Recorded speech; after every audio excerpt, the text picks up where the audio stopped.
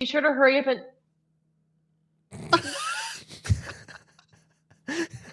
A shocker at the box office, The Mandalorian's first reactions, and 007 news. All this and so much more in this episode of Beyond the Screen.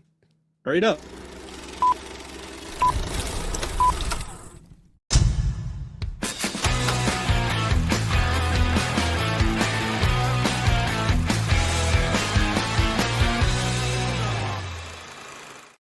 Hello, everybody, and welcome to another exciting edition of Beyond the Screen. I'm your host, Ryan, and with me, as always, is Jake Holtzclaw, and the person you heard at the very beginning is our lovely director, Emily Keller.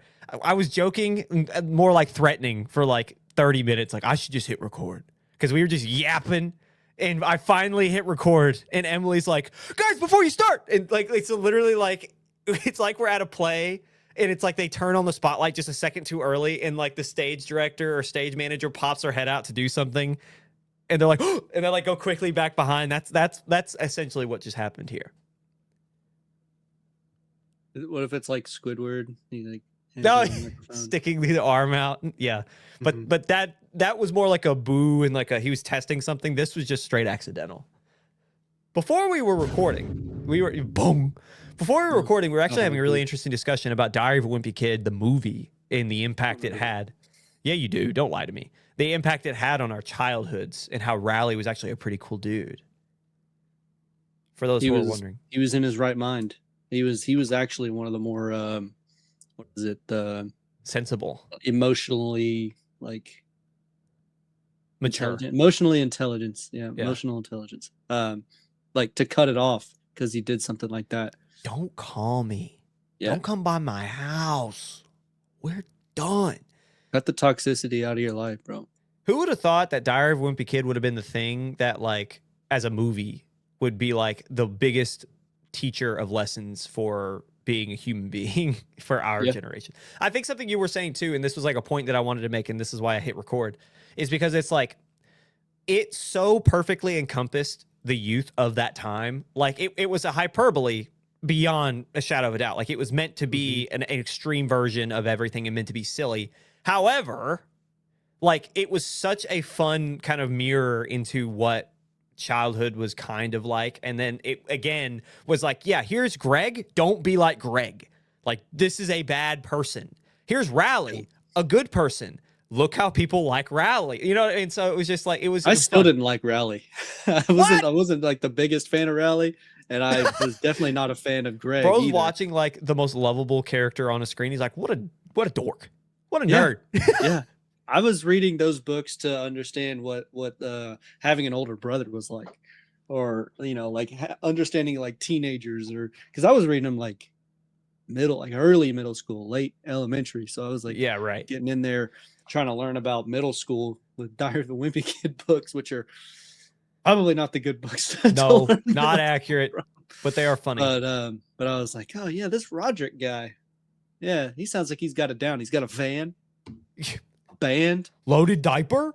Yeah, I heavily enjoyed that movie. But yeah, it is interesting how that was like a good like teacher of a lesson of like what to be as a human. I thought that was pretty interesting. And to like little kids, like it's not like it's gonna stand out to everybody. Like I'm talking like 4th through like 7th graders, 7th being old. Like that era, that age, it hit kind of perfectly like a lot of like anxieties and like stereotypes. And again, it was very hyperbolized, like very, very, very over the top in every rendition, but it did accurately depict those things.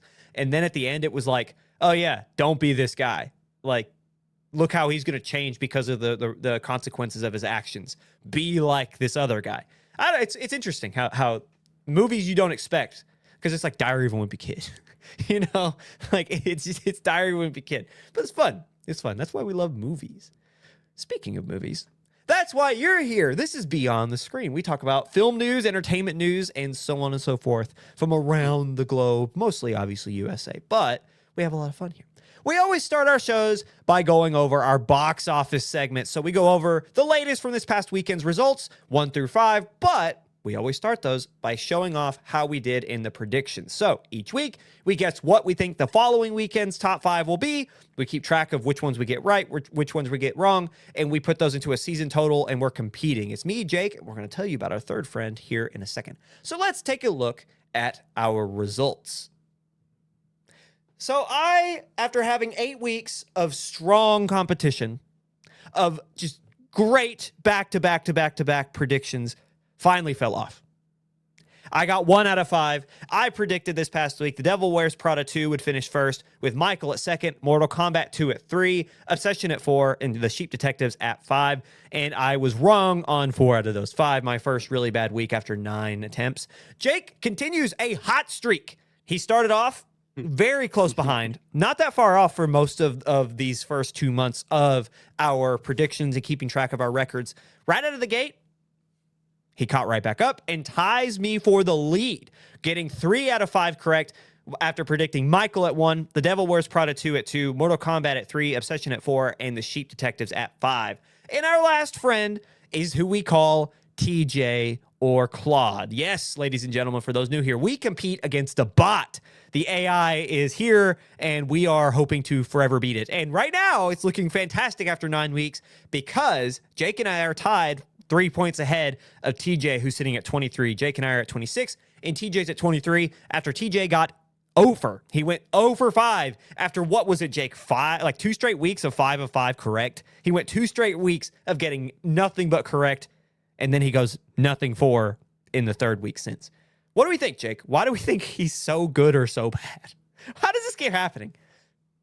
I think you go out there before the show and you stack Reddit with SEO. You just you think post?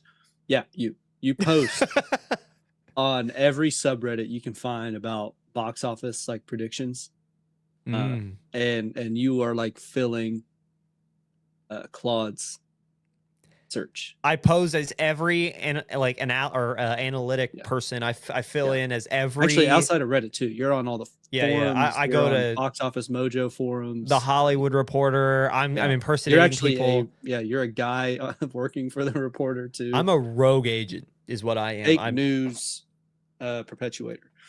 And the thing is, the reason why I asked that question, I know it's kind of a silly answer, but we have jumped from chat to Claude to kind of see the difference in the AIs. And chat was the exact same way, where it was very rarely did chat get 2 out of 5. Yeah.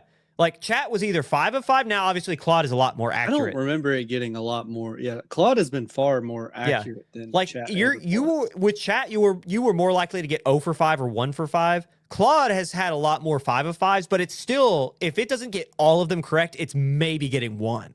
And that's interesting to me. I would probably argue it's gotten more. I would say that it's gotten more 2 or 3s than even chat did, and it's gotten way more 5 out of 5s. Most definitely. But there are the circumstances where it gets none. I would say it is you're not wrong in to say it's either all or slim. I would say it's 2. You can almost guarantee 1 and 2 for anybody. You can kind of guess what number 1 and number 2 is going to be, and so I think it really is. Almost, as we can tell from the leaderboard 2 months in, it's kind of like a person. I mean, I don't think 3 points is anything to be super enthralled. 60% accuracy. That's pretty good. Yeah. So what I'm saying is 26 versus 23. It's very close. Claude is holding its own regard. I'll get 0 out of 5 here in the next few weeks. It's not an uncommon thing. If we were really going by the numbers, me and you are 26 of 45. That's technically, if through 9 weeks we are 26 of 45, which that's closer to 60%. I think it's 58 maybe. It's something along those lines. That's a high clip. 60? It's I said 60%, but it's 26 out of 45. Sorry, 26 out of 45. 45? Yeah. Wrote it wrong. It is 57%. I said 58%. 57%. That's a pretty high clip when you think about it. Especially for such a high sample size. We're gonna do this every week until we get to the Oscars next March. So that's the end of all. That's the end, huh? Claude's at 51. 50, I mean, that's still pretty high, but like that's a lot closer to 50-50. We are closer to 60%, which is again a very high clip for us guessing raw. Like we are not going in with prior information other than for those who are new here. I explain it every week and I didn't really explain it at the top here. We go in without looking at other like analytics. We don't go in looking at what the projections are looking like for this upcoming week or the forecast. We don't do that. We go in with the knowledge we have and with the behaviors we've observed from the past few weeks or the past, however, we've been doing this now for a year and a half, over a year and a half. So we use that knowledge. And I think that's why we hit at such a high clip is because we've been observing this for so long now. But yeah, I find that interesting that Claude has the entirety of the internet, forums, every resource he could have. And TJ's still closer to 50-50 than we are, which is nutty to me. But yeah, I'm very fascinated by that. And I'm interested to see how the behavior. The forums don't mean nothing. They don't mean nothing. They don't know. They know at the same, if not more or less than us. They could be anybody. If you want to know what more or less, or I guess if you want a almost 60% accuracy of what next week is going to be like, you listen to Be on the Screen. Yeah, that's one of the most. We are one of the podcast. I was like, I don't want to. We're one of the podcasts of all time. We're one of the podcasts of all time where you can almost maybe guarantee a 60% accuracy rating. I mean, would you take a 60? I mean, here you go. You have to smell like crap for the rest of your life, or like 60% chance you can get $1 billion. I mean, that is still 40% chance. That's a 40% chance that I still smell bad for the rest of my life. See, like that, 1 in 3 people would take that chance. The trade-off is that you're 43% likely to get the wrong top 5 out of us. However, you're 57% likely to get the correct answer. No, I don't like those odds. As soon as it goes over to 60, I'm like, I'm taking it. You put a little thing in front of it and just say around 60% accurate. A little squiggly line. 57 is you round up. We're the Squiggly Line podcast. Where's beyond the squiggly line? Almost there. Yep, beyond it would be 60. You know, there's a name for that thing, and I cannot remember what it's called, but like whenever you see like an approximate, like it's got that little squiggly line. This keyboard doesn't have one of those. I have one. I'm looking right at it. There's a name for that, but I don't know what it's called. Jake's looking up squiggly line in front of number. Well, literally because I cannot type it, I have to write out squiggly line. And the name is? Apparently I have to click the link. Oh, well, I'll just do it then because I have it. No, I don't want AI. Tilde. TILDE symbol tilde tilde tilde. Let me double tilde. Check you. It is called. Even if you type in the symbol, it doesn't give you anything. It just gives you a list of symbols. So I'm gonna tilde. I'm gonna say you're right. You are correct. Anyway, I need to find out how to say it. Let's get on. Tilde. Yeah. Are we having a stroke? What is happening right now? I can't find anything to say it for me. Like, there's no, like, how do I? The searcher of information fails Tilde. to find. Tilde. Merriam, shout out Webster. The tilde. That's like an aglet for all my Phineas and Ferb watchers back in the day. We will not be singing about the tilde. Aglet. Don't forget it. I don't know how to spell it. Tilde? Aglet. Are we having a stroke? What is happening? Anyway, let's get on. Let's do what the people are here for. Okay, we're gonna go through our top 5, the accurate top 5 in the box office, and we're gonna give you the numbers, break it down 1 through 5. So let's show you the accurate 1 through 5 very quickly. The box office goes as follows. Michael wins the box office in a shocker. I begrudgingly admit Jake was accurate with that. Last week, we had a whole discussion about who would come in first. Me and Emily both kind of laughed at him, and we're like, the Devil Wears Prada is obviously going to come in 1, you dummy. And he was right. We're the ones with the eggs on our face. Michael surprises everybody and comes back into the top spot at the box office, followed by aforementioned The Devil Wears Prada 2 at number 2. Obsession, Curry Barker's independent horror film, the YouTuber / content creator turned director, rounds out our top 3, followed by Mortal Kombat 2 at 4 and The Sheep Detectives at 5. So let's go back to the top, and we're going to give you more of a breakdown all the way through. Going back to Michael, it's in its 4th week in theaters. It earned $26.1 million domestically and pushing its global total to over $703 million. Finally earning that 700 mark that it needed to officially greenlight a sequel that they had set. Coleman Domingo had said that's what they wanted to look for, or at least that's what they were trying to get before they could officially greenlight a sequel. It's happening regardless of if they said it before or not, because, again, we talked about Adam Fogelson, who went on a podcast and said, yeah, we're doing it. Anyway, the film is huge, and in its 4th week, to jump from 3rd to 1st is almost unheard of. We don't really hear these jump ups like that, which just makes it all the more impressive that you predicted it, Jake. The film, again, $200 million budget, earned 700, probably going to get a lot closer to a $1 billion. Very well might pass Bohemian Rhapsody to be the highest earning biopic of all time. That's the kind of film we're talking about here, regardless of controversy, regardless of whatever reason. Michael succeeds, and we're going to keep seeing it more time and time again, because we might get 1 or 2 sequels following this.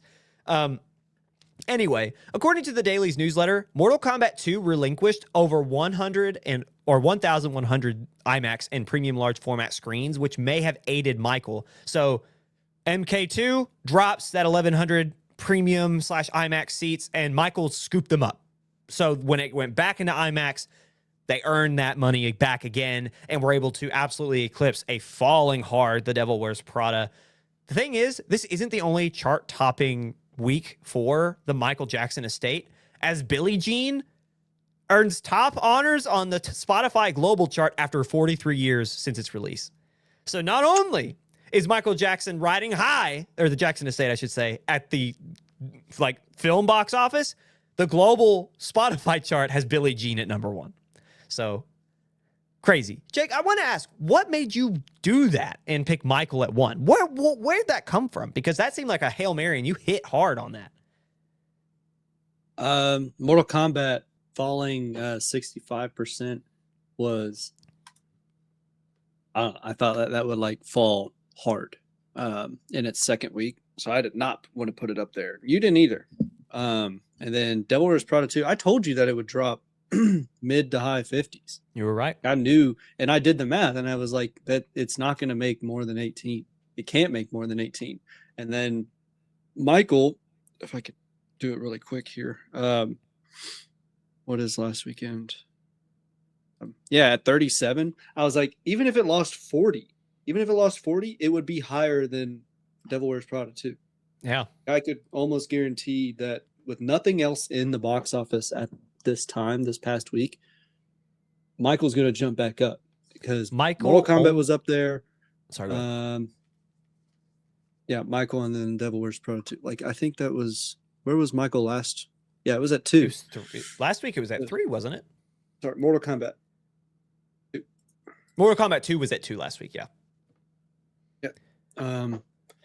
Michael was at 3 and Devil Wears Prada was at 1. That's why I was like, okay, so we're going to see a lot of people in its 3rd week, Devil Wears Prada 2. Not a lot of people are going to watch that in favor of Michael.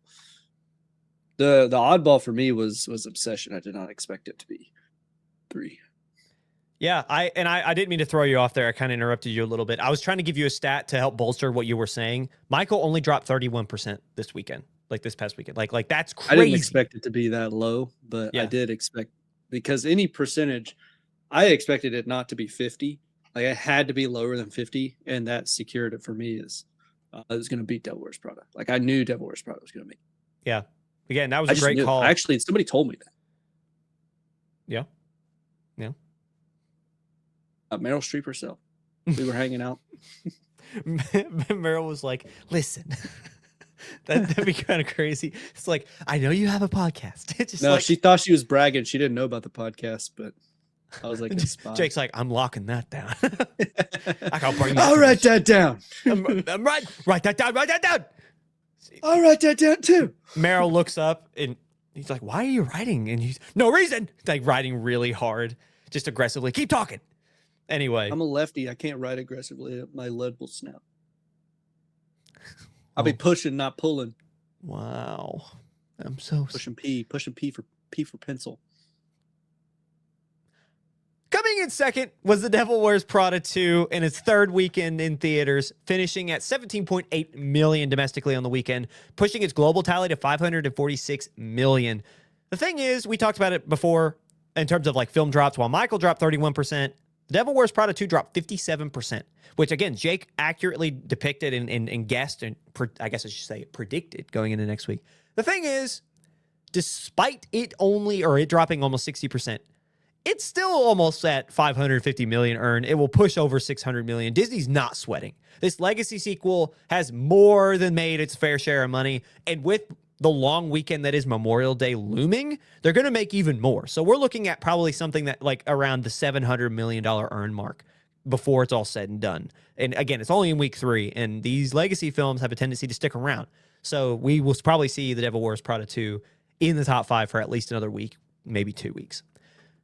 You mentioned it before. Coming in third is Obsession, debuting to 17.196 million domestically, pushing its global total to 23.1 million on a $1 million budget. Very tiny, very bite size. That's not even what YouTuber-led Iron Lung was cost to make. Iron Lung was 3 million, and that one earned 30, and that was a big deal, right? Maybe closer to 40. Big deal. The $1 million budgeted Curry Barker-led Obsession gets bought by Focus Features and Blumhouse, distributed worldwide, and earns 23 in its first weekend. This is another YouTuber turned filmmaker. This is the third one that we've seen. Parsons, Markiplier, and now Curry Barker. This is a great trend for cinema as indie filmmaking is at an all-time high with Focus Features, with Neon's another one, with Sean Baker, when Nora won Best Picture 2 years ago. And now we are looking at, again, I already said Curry Baker, but Markiplier and so on and so forth. The film debuted to over 2,500 screens and has a unified 94% on the popcorn and tomato meter, an exceptionally rare feat, which seems to continue to help the film because its word of mouth is so high. The indie film and the debut feature for Barker is absolutely pushing this film to the max. The Rotten Tomatoes synopsis is, quote, "After breaking the mysterious one-wish willow to win his crush's heart, a hopeless romantic finds himself getting exactly what he asked for, but soon discovers that some desires come at a dark, sinister price."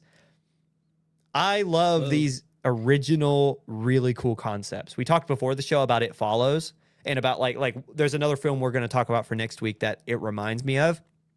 But I love these spooky campfire style stories that are making their way into original cinema. Campfire. That's what it is. It's never, like you don't campfire. I've been camping multiple times, and campfire stories are fun. Come on, these folklorists. When was the last time you went camping? Oh gosh, it's been a long time, but I can't say I didn't. When was the last time you went camping? I don't claim to be a campfire guy. Bro's like, never. No, but I'm not saying I'm a camp. I'm not like I go camping all the time. But like the folklore campfire stories, like that style of storytelling, that the orators, like it's so fun. And I think that this is what that story that's what the synopsis kind of reminds me of. It's like, did I ever tell you about the one time I broke the one-wish willow and my crush became obsessed with me? But it was crazy. Like that's fun. Like that's what that reminds me of, and I'm excited to see that one. I'm just saying that like you need to have a campfire to watch those. It's a campfire story. You can't watch the movie without having a campfire. No. Well, I can't wait to go to the movies, and they rearrange all the seats, which is impossible because they're built in. But just actually, are using the seats is it's an amp. Oh, in the middle, there's just all on fire. Just someone brought kerosene, just lights a match. This is a campfire story. Yeah. Everyone's running for their lives. The manager's like, he's right. He's right. Yeah. No refunds. No refunds. Anyway, I cannot wait to see that film. Coming in fourth, Mortal Kombat 2 in its second weekend in theaters, earning 13.4 million domestically, pushing its global total to 101.2 million. While already outperforming the originals at the box office, a 65% tomato meter, and despite an 88% on the popcorn meter, sees the film drop 65% in box office sales and a hard tumble down the box office rankings. So sad for, this is Warner Brothers, I believe, and it's just all around. But again, the film These filmmakers are not upset because the film has earned a lot. It's already outperformed the original. And lastly, rounding out our top 5 is The Sheep Detectives. In its second weekend in theaters, the film earned $9.5 million domestically and pushes its global total to $58.7 million, holding on to a top 5 spot. And Jake, have you seen that everyone is crying after they see this movie? Everyone and their mom teary-eyed after seeing Amazon's mystery feel-good film. How about just moms or everybody? Just moms. I literally, if you go online, like people who are like the content creators who go and see it are just people. They're like, like every one of them. Sheep. Sheep. Dude, bro's got the buffering logo. He's like, sheep. I don't know. Sheep. Why are you crying? Why? Hugh I don't Jackman know. died. Yeah. Spoiler. Well, I can't watch the movie now. Yeah. I wasn't going to. I will because I ate my own foot. My foot was in my mouth because I said it was going to be the worst movie of this year when we were talking about movies to look forward to and not look forward to in December. I will own it. I was wrong. I was wrong just from the get because people love this movie. I could say that I was wrong. I was hating for no reason. And now, to atone for my sins, I'm going to go watch it. What'd you say? About time. About time, he says. You've been eating feet too long. All right. Bro's like, I don't want to stay on that topic. Anyway, other news from around the box office: familiar faces round out the top 10, with Super Mario Galaxy and Project Hail Mary finishing 6th and 7th, respectively. And Top Gun, that's not Maverick. Top Gun finishes 8th in its 40th anniversary re-release. Jake, looking at the rest of the box office, what catches your eye? There was a Top Gun showing at the drive-in north of me. They were playing both and 2. Oh, that's cool. See, that's a cool double feature, though. Like, that's a great way to get people in theaters is like, come watch Top Gun and Top Gun Maverick, like back to back. That's fun. Yeah. I didn't go. Yeah, Shrek. Goated. It was there. Then it wasn't. Top 12. I was about to say 1.2 milli. lack of in our top 10 is Shrek, that Claude predicted would be in the top 5 and was wrong by a mile. Oh, so when you said number 8, Top Gun and Top Gun Maverick, that's both of them. Well, I wonder if drive-ins count then. They have to. Oh yes, for box office, most definitely. Yeah, I didn't know if that if they were in a league of their own or not. What else we got? Is God Is that right? Is that what it is? That is. Two sisters embark on an epic quest for revenge, confronting a charged family history that will push them to extraordinary lengths. Interesting. I thought it was this film. Amazon. That's about it. Shrek. Y'all go watch Shrek? Go watch Shrek. Yeah, go watch Shrek in theaters. Get it in the top 10. Can't anymore. Well, sucks to suck. You missed out. Honestly, I think it was only for last weekend. That was what I just cannot believe Claude. Like, that's crazy. Like, it had Top Gun right there. And it chose Shrek. Obviously. I don't know if it knew. I don't know if it knew the drive-in movie. Well, we didn't. I mean, that would be it's top 8, dude. It's freaking number 8. I'm not gonna. Come on. Even if I did know about it. See, according to the dailies, this double feature did also pick up some premium large format screens that Mortal Kombat vacated. So it wasn't all Michael, but a lot of it was Michael. Picked him back up. But apparently the Top Gun 40th anniversary double bill did pick up some of those as well, depending on where you were, I guess. Yeah. So with that, Jake, you know what time it is. It is prediction time. Hit me with those predictions, Jake. What are your top 5 for this upcoming weekend? I got The Mandalorian and Grogu. Grogu is in the theater, y'all. We're going to see everybody from Devil Wears Prada 2 and possibly Michael just flock over to the Grogu theaters because that thing's going to hit like 80 to 90 million. Yeah. You know what's Guaranteed. crazy? If it does that, that is still one of the lowest opening, if not the lowest opening Star Wars film ever. People think it's gonna flop.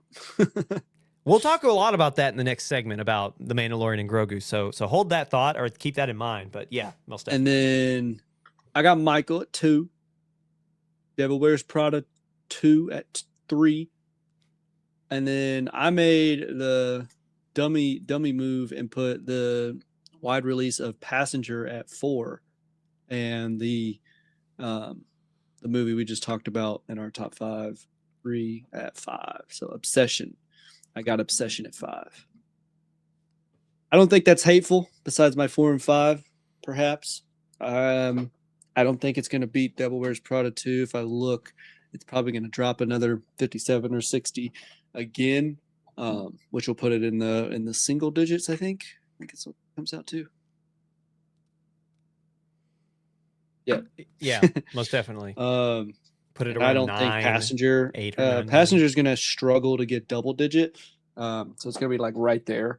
It is I believe it's a horror. So it's going to struggle to like crack 9. That's why I've got it lower than Devil Wears Prada 2. But with the Obsession at 17 million, right there, right? 17. Mm-hmm. It's going to be close for like the last 3, I think. That 3 right? through 5 will be tight. It'll be tough. Yeah. So, let's see. Not sure. Don't know what will happen. Me and Jake have a very similar top 5. 1 through 4, or 1 through 3 actually are all the exact same. I do think the Devil Wears Prada will hang on to 3. I don't think it'll drop another 60%. I just don't think it will. I think it'll hold some carryover. The Mandalorian and Grogu, again, even if it hits the lowest Star Wars opening at 90 to 100 million, it's still that will tower over the others that remain.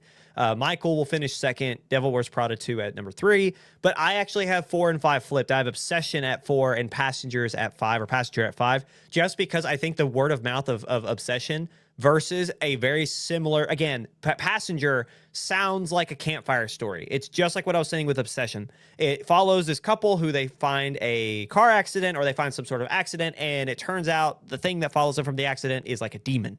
And the really cool clip that I've seen from the film, it entails one of the main characters driving on this road, and there is a creature, or like a humanoid figure, that just keeps showing back up, but it looks like he's on a loop. It looks like he keeps going down the exact same route, and this thing is there, and it leads to a jump scare, but it looks very good. And so it's very similar, not like story, but style. And I think that when you have a 94% Obsession with a YouTube name attached to it, that audience will go back and see it, or they'll keep pushing it, or people are hearing about Obsession like, oh yeah, like I'll go watch Obsession.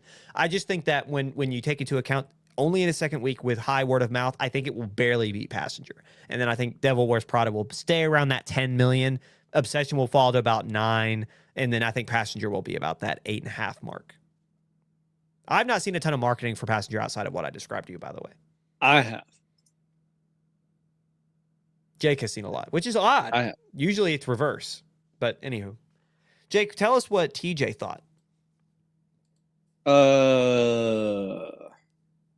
Well, I think Ryan changed his, but I copied and pasted Ryan's for Claude, because that's what it said.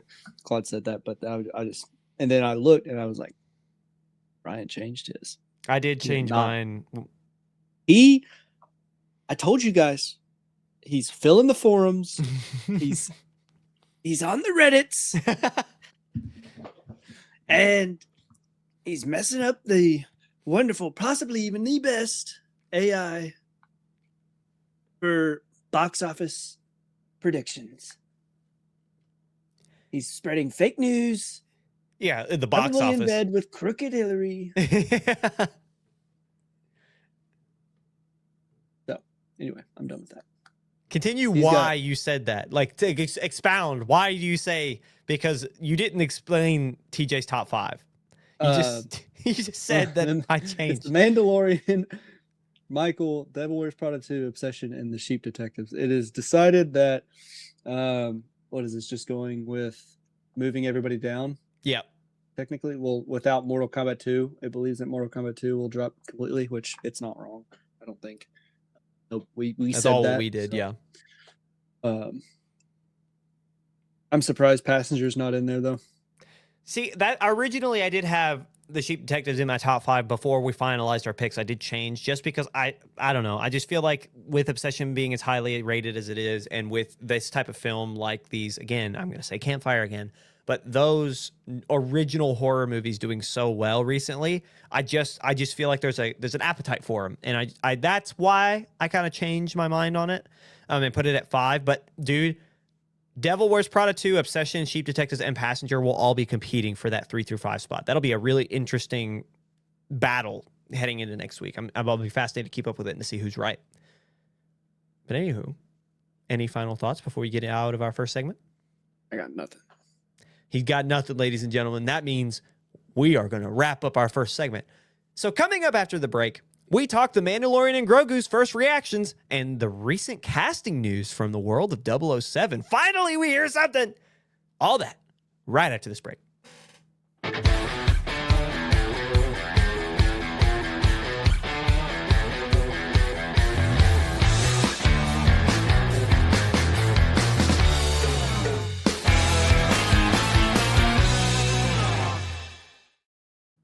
Hello, everybody, and welcome back to Beyond the Screen. You've made it to segment 2, which is, as always, our major news segment. Usually we have one story. Sometimes we juggle between 1 and 2. This week we got 2 because we have a multitude of really big news and a lot of fun conversations to be had.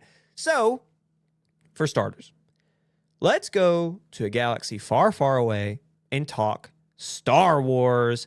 As this past week, the first reactions for The Mandalorian and Grogu were released, and they were very divided. And I'll tell you why from the very jump that is an interesting topic of discussion. Because these early screenings are usually towards critics that are more friendly. So usually you see higher ratings come out of the early screenings, and they're still divided. Which you said earlier, a lot of people think it's going to flop, or a lot of people think it's just going to be a dud. Not great whenever the personally invited people to your party says the party was kind of dumb. You know, so let's talk a little bit more about it before we share our opinions. But that is very interesting from the get. So anyway, as I said before, Disney held their first press screenings this past Thursday, and the whole point was to try to get some hype, drum up some hype, get some reviews out there so people will say, oh, is this worth my time or is this not?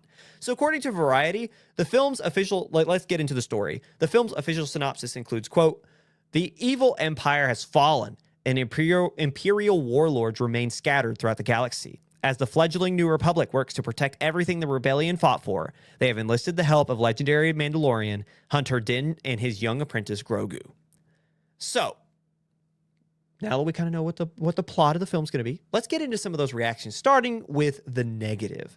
Starting off with Jonathan Sim. All these people posted on their X accounts or on their social medias following, so they all kind of gave their reactions to the various audiences. So, Jonathan Sim said, quote, "An emotionless, predictable experience that doesn't push Din Djarin anywhere interesting. Dull, unexciting fight scenes, just CGI monsters, action figures mashed together, a long, colorless, made-for-TV movie," which is very harsh for a first review out of the gate. Following that, it was Griffin Schuyler, who said, "The Mandalorian and Grogu is fine. An inoffensive, technically impressive spectacle that's kinda a snooze fest, very much structured like an abridged season of the TV show, which unfortunately plays like watching the cutscenes of a Star Wars video game instead of playing one." And lastly, we had Jermaine Lucier, who said, quote, "The Mandalorian and Grogu is, as expected, a longer, bigger episode of the show. It has 1 or 2 standout scenes, but it feels much more interested in developing the story to new locations with new creatures than the characters. Enjoyed some of it, left frustrated by the rest." Going to the positive reactions, let's start with Simon Thompson, who said, quote, "The Mandalorian and Grogu is a grin-inducing crowd pleaser that puts Star Wars back on theatrical track. Director Jon Favreau is, again, a safe pair of hands that deliver a solid, thrilling, and engaging romp. A solid popcorn movie that is the summer blockbuster you're looking for." This next guy, I'm going to absolutely struggle with his last name, and I apologize to this Tom Chattelbash, who said, quote, "The Mandalorian and Grogu is thankfully a Star Wars adventure worthy of the big screen that offers plenty of galactic fun for the whole family.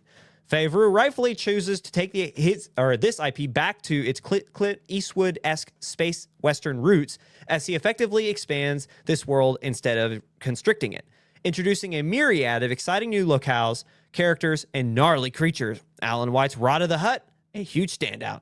And lastly, Eric Davis of Fandango, and this is one of the more interesting takes, and this leads into a question, Jake, that I want to prepare you for. So, Davis said, quote, Star Wars is back on the big screen, and The Mandalorian and Grogu is a thrilling adventure full of big fights, gnarly creatures, and plenty of adorable Grogu moments. It's less about the lore and more a fun, freaky romp across the galaxy. I really dug about it. It reminds me how fun Star Wars can be when it stops worrying about canon homework and just cuts loose. Treats like a pulpy Saturday matinee ride, and you'll have a blast. So, Jake, is Star Wars better when it's not so lore forward? No. Oh, very quick, no hesitation, no thought process, just no. Why? I don't think you necessarily need to watch all of Clone Wars to know what's happening in The Mandalorian. Yeah.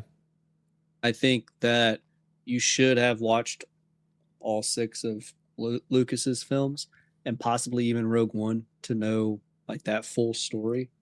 But generally, like, so this is before Rey. I think Mandalorian is like right before Rey. Yeah, that's all you need, and you should have already seen those, having 20 years, I think, right? Because they were 2000s prequels. Yeah. So, 1999 to 2005 is whenever the prequels were coming out.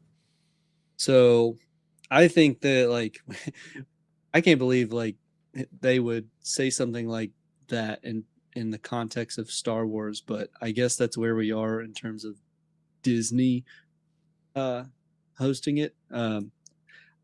So some of those comments being like, it's a TV show movie, and it doesn't push Din Djarin like anywhere, CGI monsters. That's what Disney puts out. Like, that's not anything.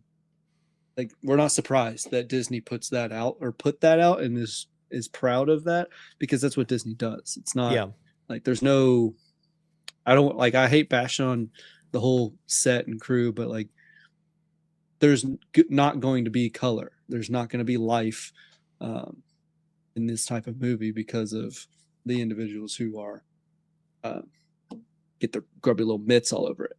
Yeah. I think it's interesting. I think you made a good point. Stripping away the question for just a second and going away from the lore aspect, the problem that people had wasn't that it wasn't lore heavy. Like, the people who had negative reviews, almost unanimously, no one talked about how there was no lore behind it, or how's it connect to the greater Star Wars lore. No one was saying that. They were saying the big problem is that it's just a nothing burger. The big kind of like synopsis, or like what I take away from these people's reactions, are, I could have just stayed home and watched the show because it didn't feel like anything grander. Like, why is this on my movie screen whenever it's just an abridged version of a season of the show? Like, they didn't do anything special with it. The characters didn't go anywhere. That's a storytelling problem. That's not a lore-based problem. And it's interesting, again, a writing problem. If you don't have any character development at all, no, and you're just in it for the crowd-pleasing fights or whatever. It's interesting to hear those who liked it. They talked about how it was just fun. And the thing is that we've had this conversation how many times on the show, is like, movies are made to have fun. Like, that's the point. But is it really Star Wars? Like, Star Wars are meant to be fun, but they're also meant, like I guess that's kind of why I asked the question, is like, is it Star Wars if it doesn't have some sort of lore? Like, I don't feel like you should make people have to do their homework and like read or watch every little detail in order to read Legends. Come back. Yeah, talk to me. You have to know who all these people are that haven't even been on our screen yet before you even watch the movie, because we're not gonna, like, you don't need to do that.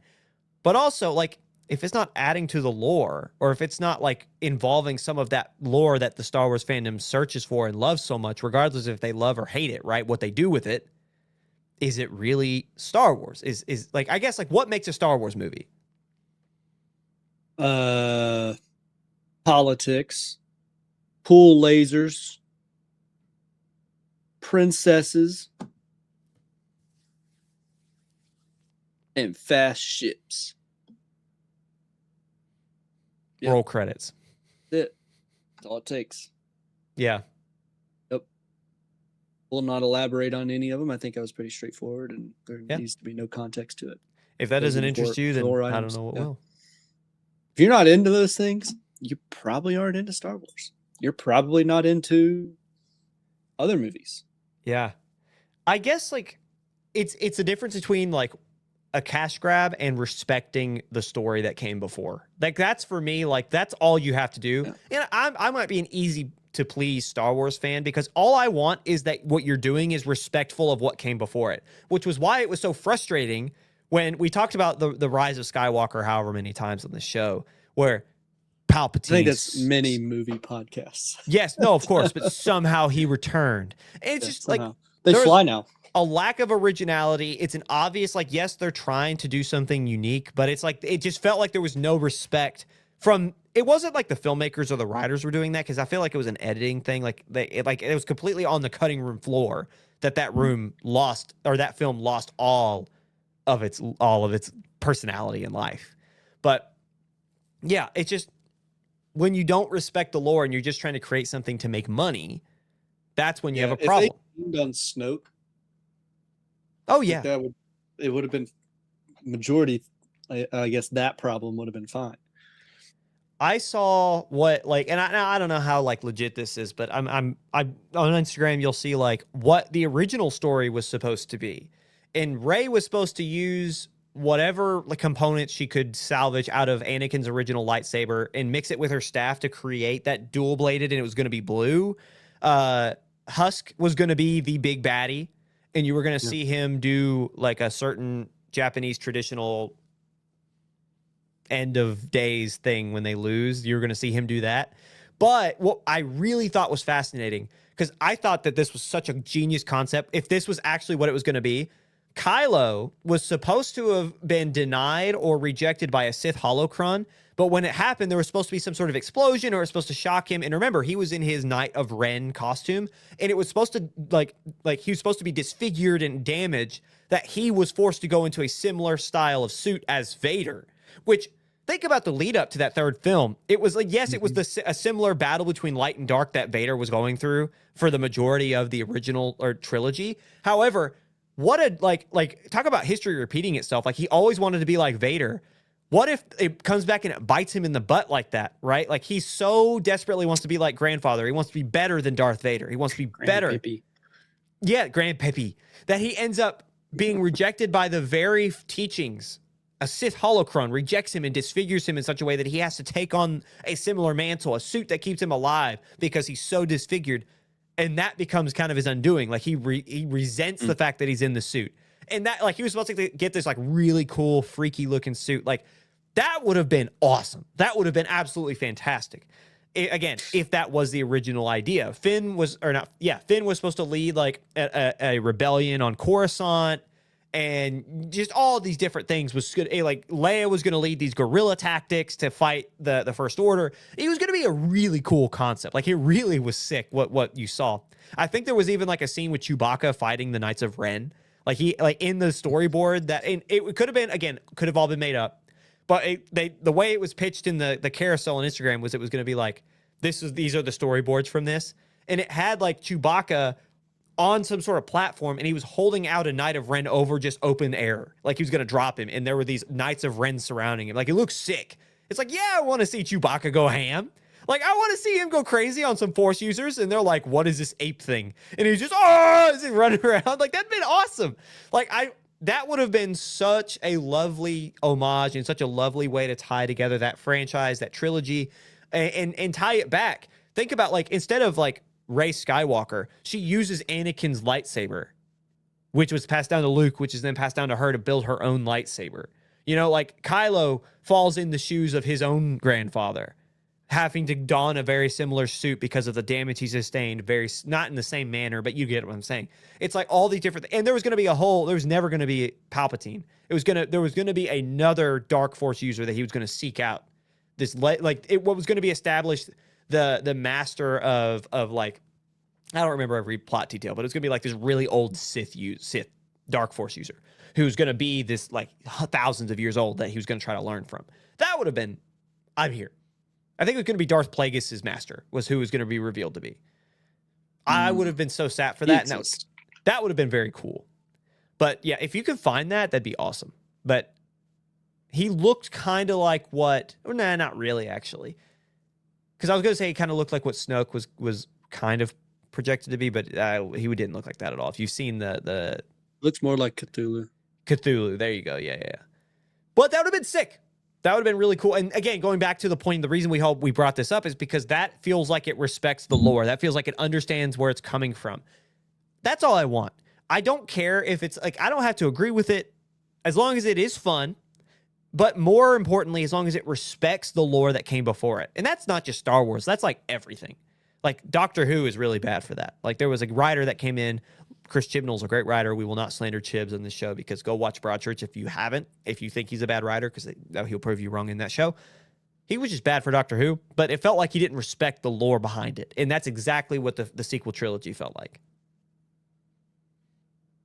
Plagueis' master died in usual Sith fashion. In Legends. I think this is Legends. I think this is.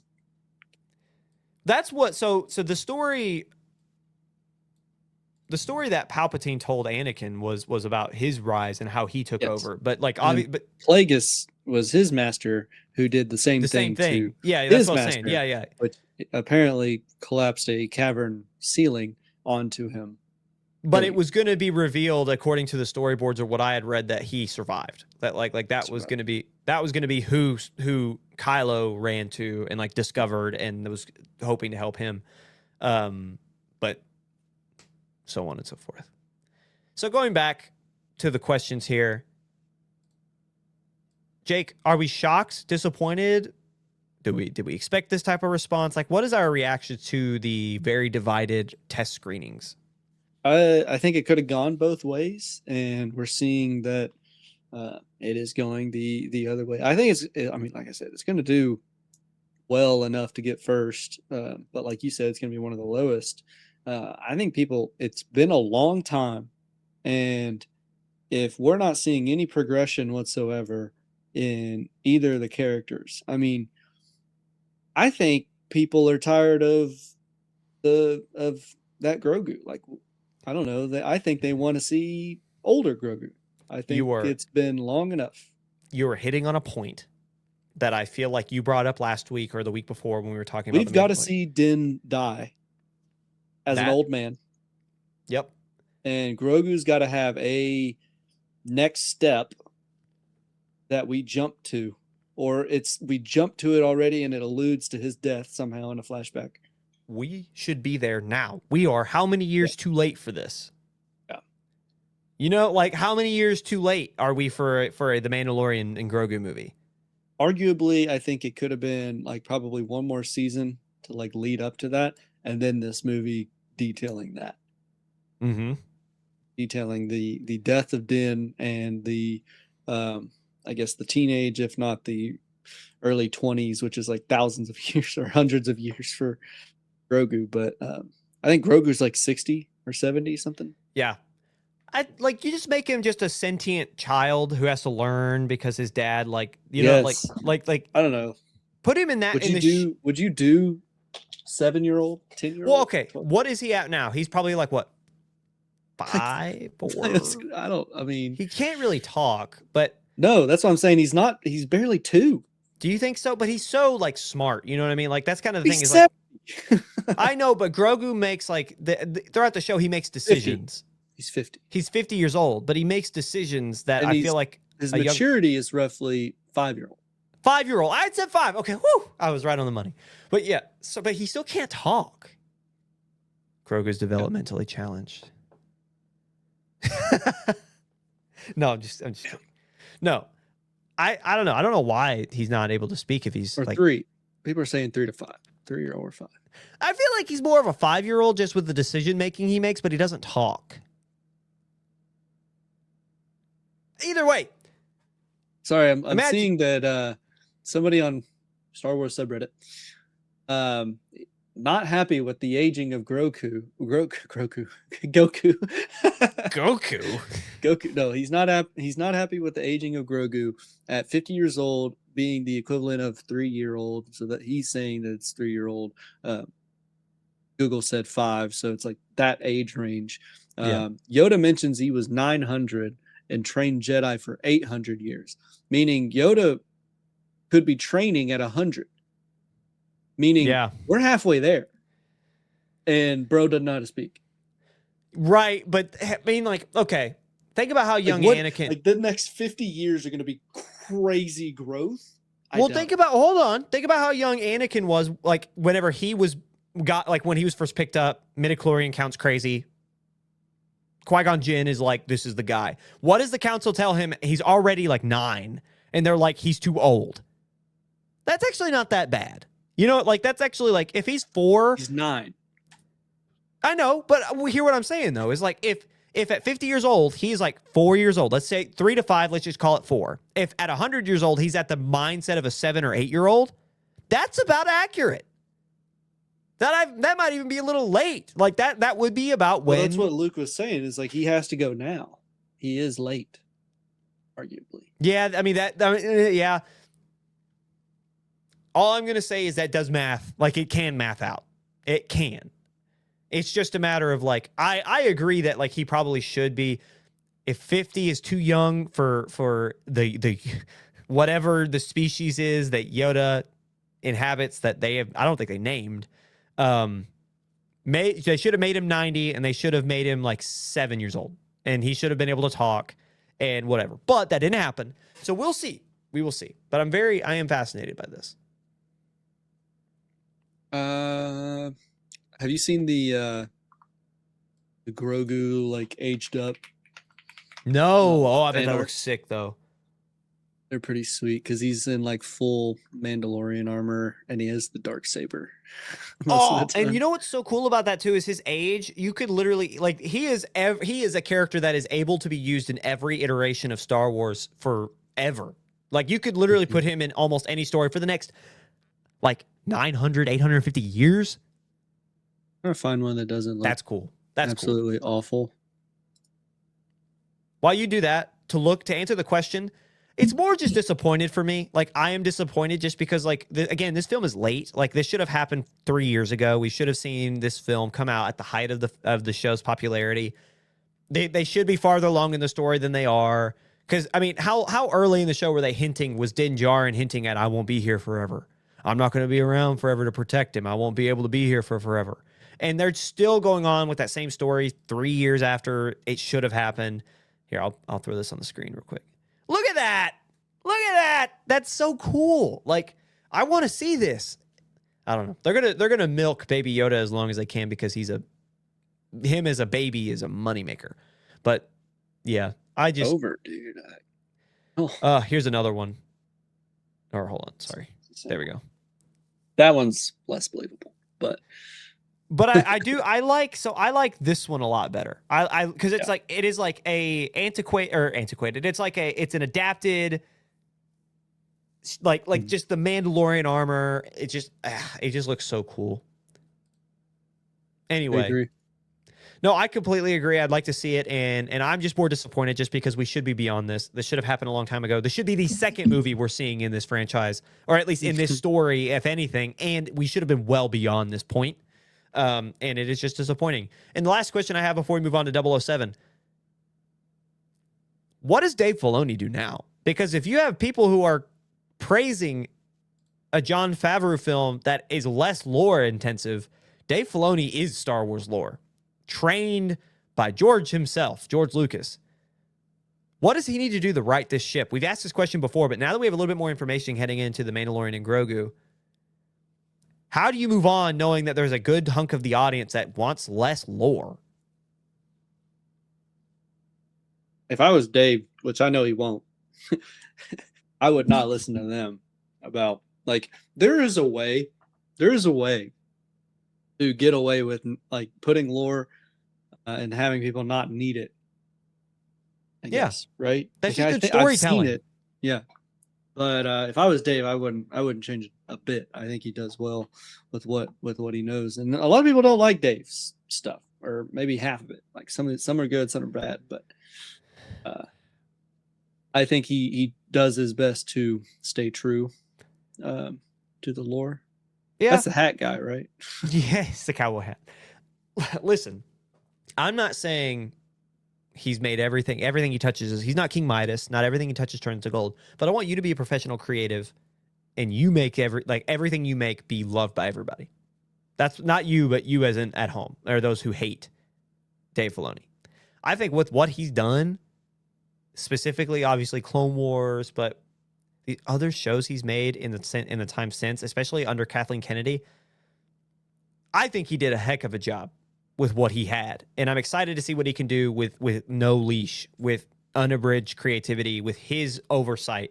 What can he do outside of, like, I mean, he did Ahsoka, he did Kenobi, I'm pretty sure. I'm excited to see what he can do whenever he has full creative control, and then he's moving forward and beyond. I think you're exactly right.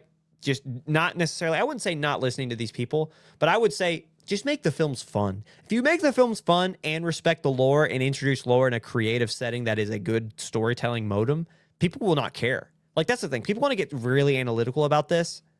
It's not. Storytelling is not analytical at all. Like, it really is. Like, there are ways you can make it analytical. Like, there are color theories that's like, what is it, like 60, 20, 20? Like, in terms of like color palettes, and it's like 60% main color, and it's whatever. You can do all that, and that does help your story, and you can use that as a creative tool to help you're further along your narrative.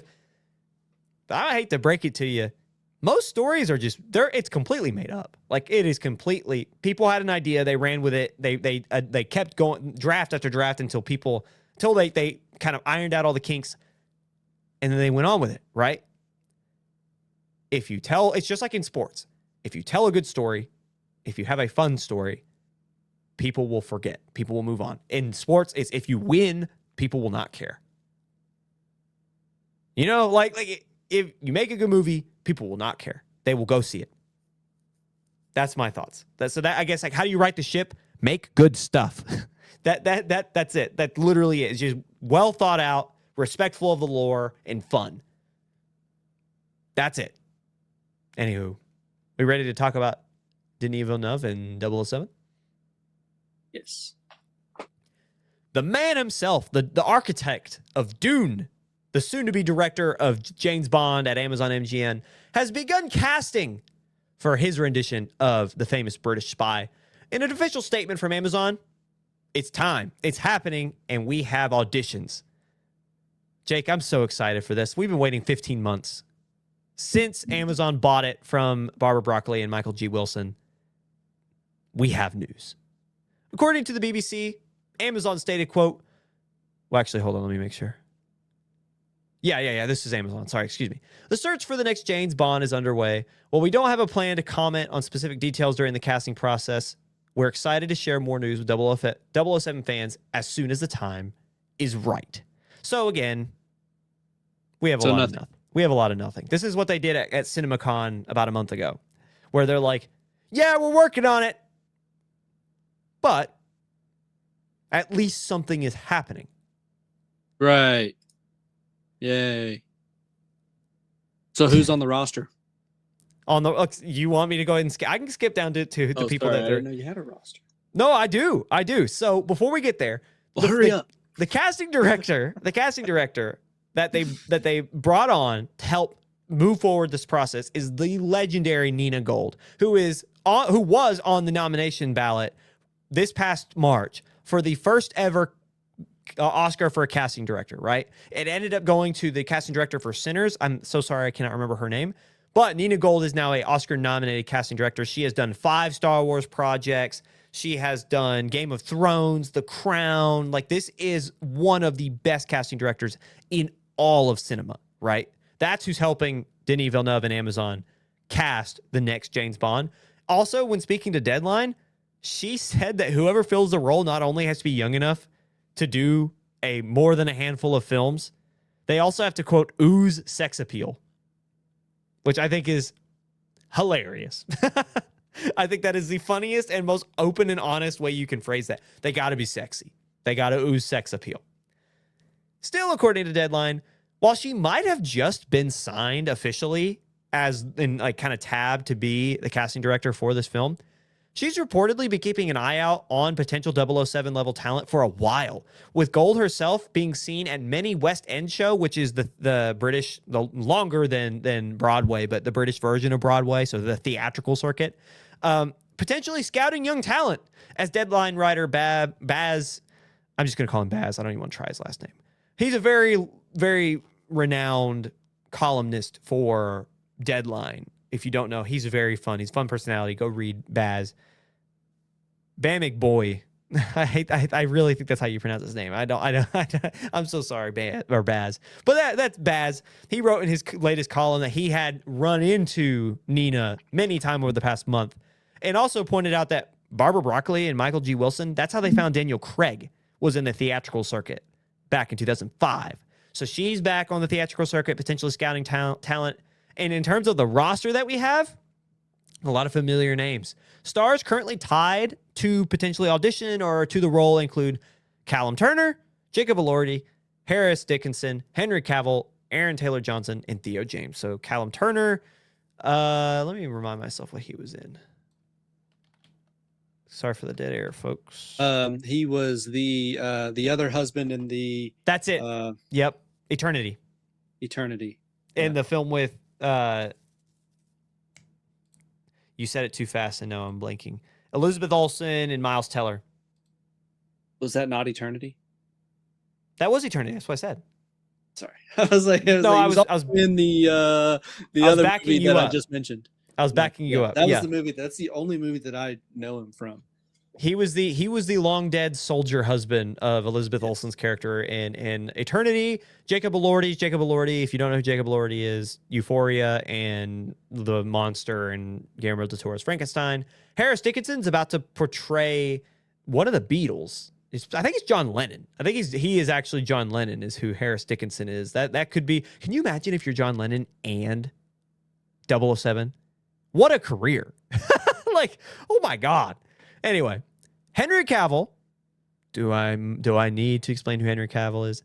Aaron Taylor Johnson, Craven, was also in Robert Eggers' last movie, Nosferatu, and Theo James.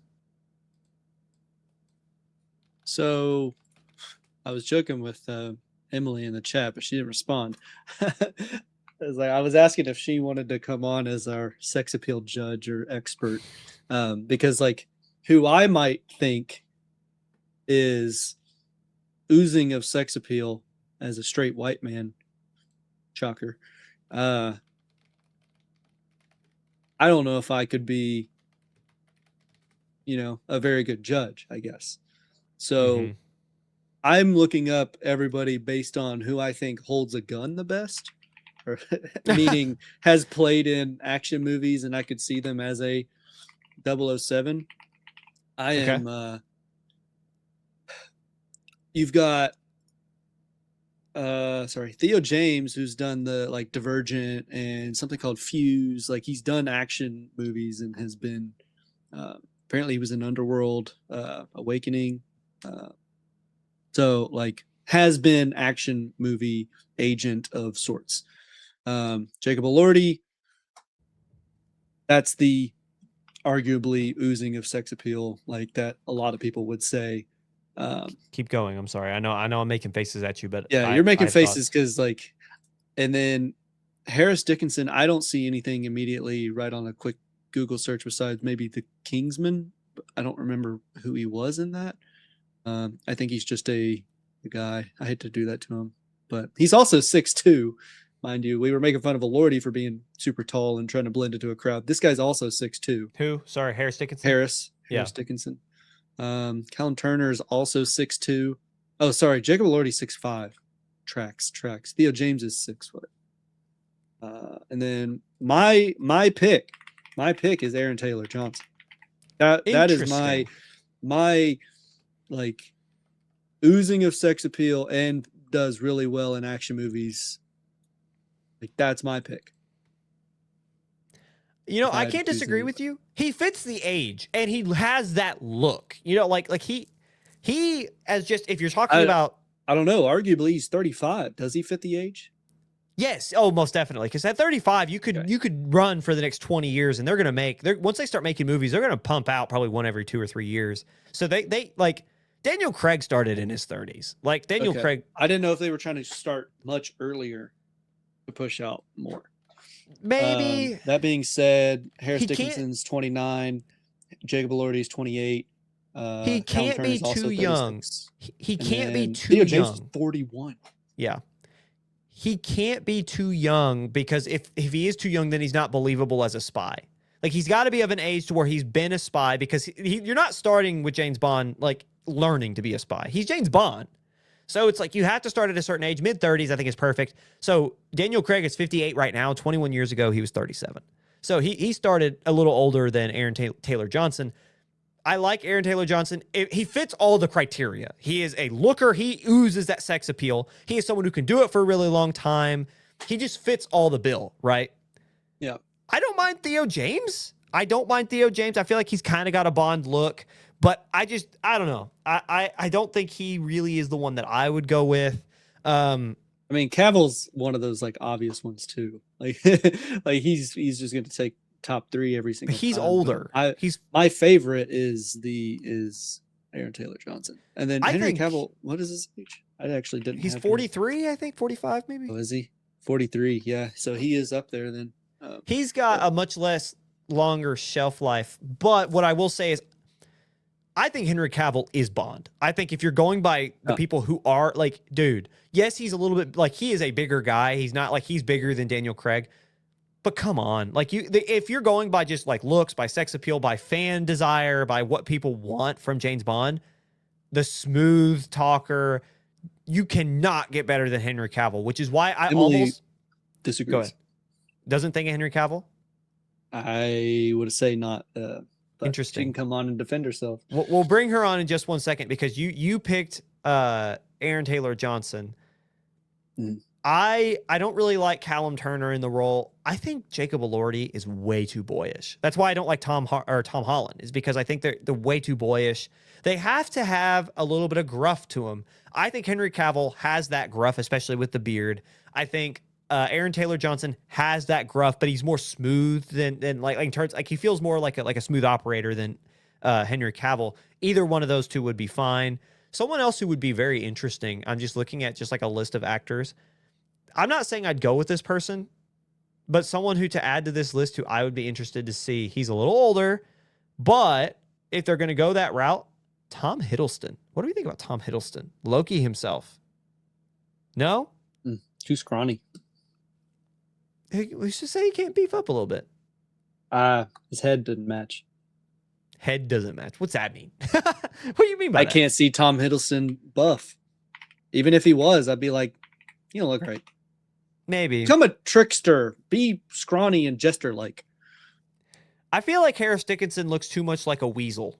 And I don't mean that in like you talk about you mean that scrawny. Yeah. I don't mean that in any sort of offensive way at all. I just don't feel like the way you just looked at me about Hiddleston is how I feel about Harris Dickinson. Jacob Elordi. I agree, but I didn't want to say that bad about him. Jacob Elordi is too boyish. Callum Turner. I was going to say this earlier, and then I got on Jacob Elordi. Callum Turner kind of looks Bond-like. He looks more like the Daniel Craig type of Bond. Like I could get behind that, but I don't think they want to go that route because they want to separate themselves from Daniel Craig. I think they probably go with no. I think they go Taylor Johnson. But dude, I'm gonna say, man, I don't care if it's I don't care if it's the basic option. Give me Henry Cavill, dude. I think of this list, it's a safe option. Hiddleston that could work. I think that could work. I don't think so. Audio listeners at home, we have an image of Tom Hiddleston with a short sleeve shirt on. Straight out of Tomb Raider. He's got a gun holster on. He is a little scrawny. I think he can pull it off. Look at Sean Connery's not that buff. Go back and look at the other Bonds. That was back in the day when they didn't. That was back in the day when they didn't expect you to starve yourself and be malnourished for 2 weeks before you shot. Pierce Brosnan is a skinny man. My point still stands. Back then, they did not expect you to be fasting and not drinking water before a shoot. Man, I Emily I says it's giving Coal Miner and Hunger Games 1. I like Tom Hiddleston. I think he's an underrated option, but he's not on this list. I'm just adding him, saying he would be an interesting name to throw in there. Of this list, I know it's a basic option, but the reason it's basic is because it's a good one.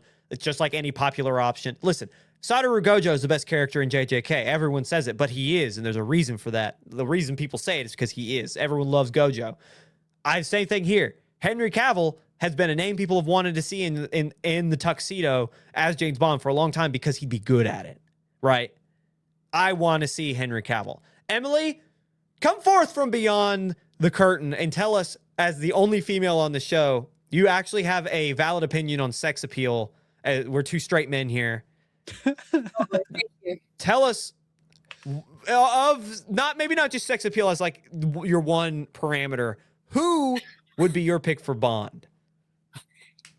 So yeah, I wouldn't be specifically basing it off sex appeal because the people here that I would find most attractive wouldn't be the ones that I would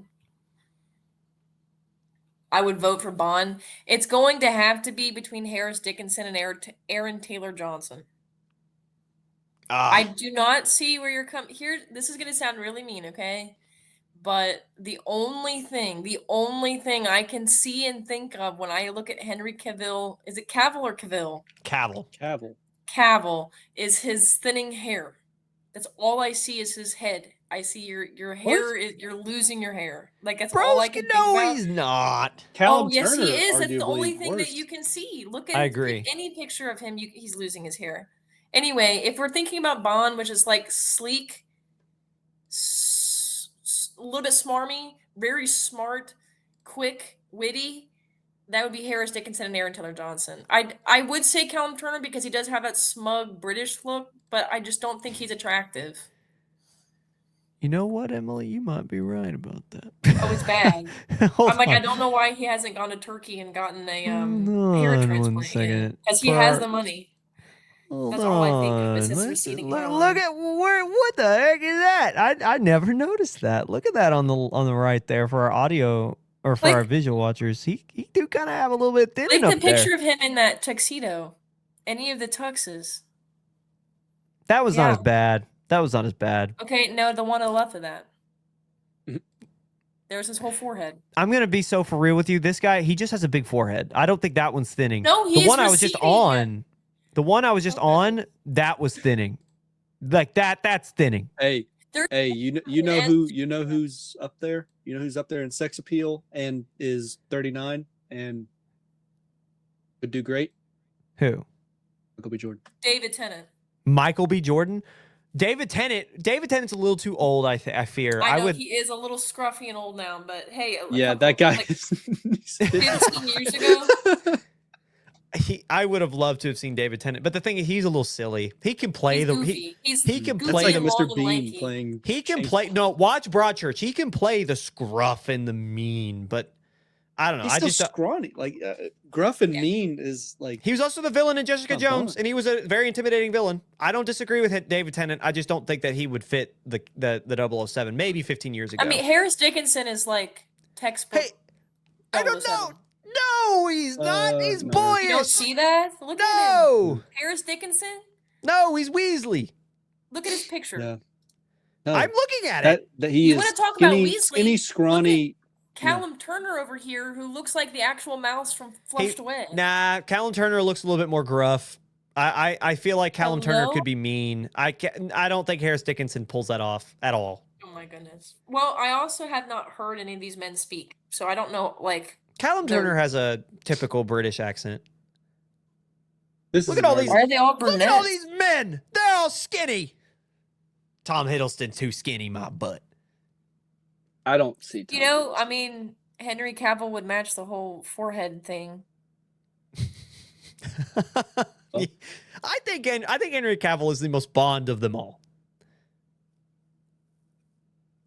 Pull back up our options. Okay, now go back to the one we just had. Okay, Callum Turner's got the cut though. He do have the cut. He do have the cut.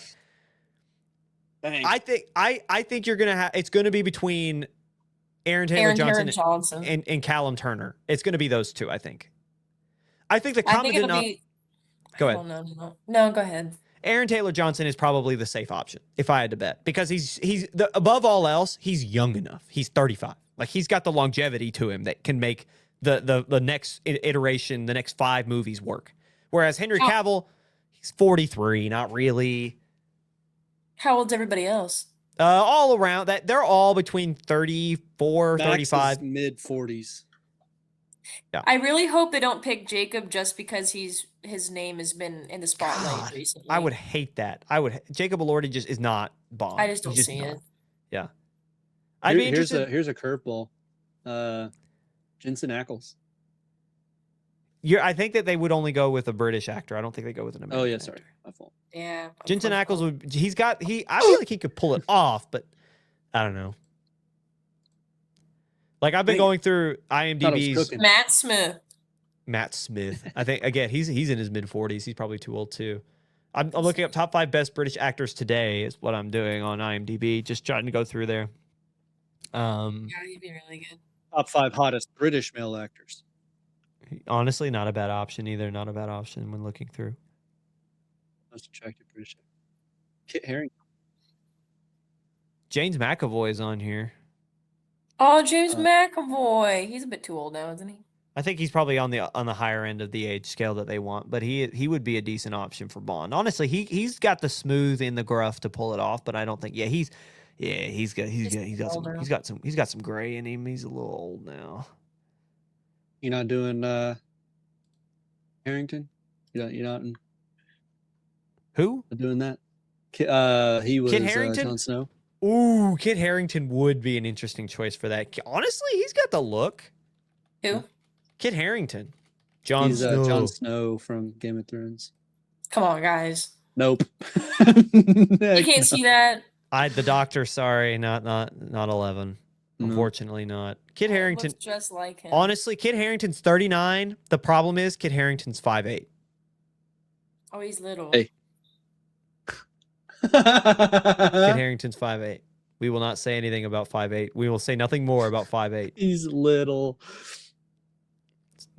One of us in this call may or may not. I feel as though I've struck 1 in 3 people are. 1 in 3 people are 5'8.5", and I will not say which one of these 3 people. I'm gonna go ahead and vote Ryan Gum, our host. What would make you say that? Voting him off the island. No. Anyway, I would like Kit Harington. Short Final King, answer. Kit Harington can get it. Like, that dude can get the 007. He can get the 007 role, and then I'd be a happy man. He's 39. He can pull it off. But going back to our list, it'll probably be Aaron Taylor Johnson. He's the safest bet. However, my heart would be happy with Henry Cavill. I'm going Aaron Taylor. He'll be bald in 3 years. He was gorgeous to me. Oop. Okay, so this is no way I can't save this picture. Okay, there we go. Aaron Taylor Johnson with Bond cut, but he has a beard, so it doesn't work. That's fine. Show it.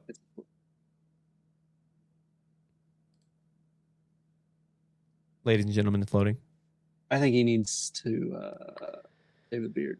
Then we'll know for sure. I don't think I don't like that haircut on him. He needs to shave first. Well, also, he doesn't have to have the short. Like, he can. No. You know what I'm saying? Like, I know what you mean. That's all their haircuts. No. Pierce Brosnan was a little bit longer. Throw it back in. Let's take a look. Throw it back in there. There was some difference in there. It's long gone. Okay, there we go. All of them have the comb over the side part. Yes, but Pierce Brosnan's got a little bit more floof. So does the guy that I don't know the name of. So is that guy that I don't know. I think that they all have that general like combed side part. Yes, but he doesn't have to have that short.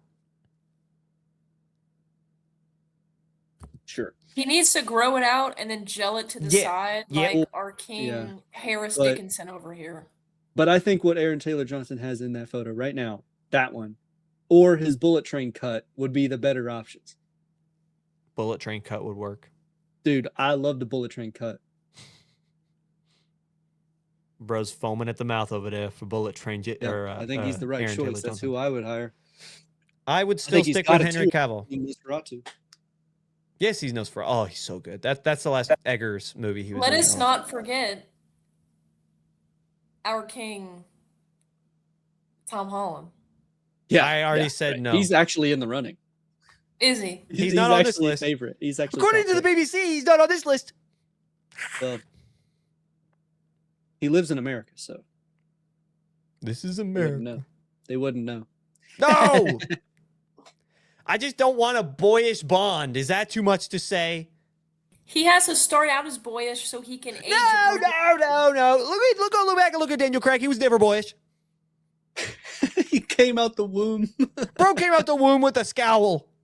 Look at that, man. That's not boyish. Oh, please. That's posh British. Very posh, very, very scowly.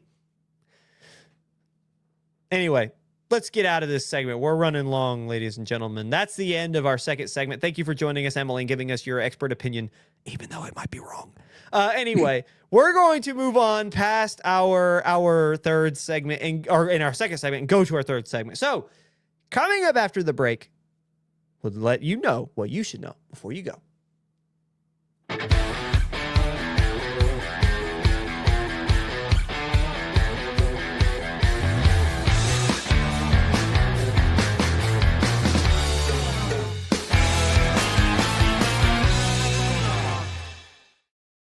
Hello, everybody, and welcome back to Beyond the Screen. You've made it to segment 3, which is always what you should know before you go, our quick hits segment.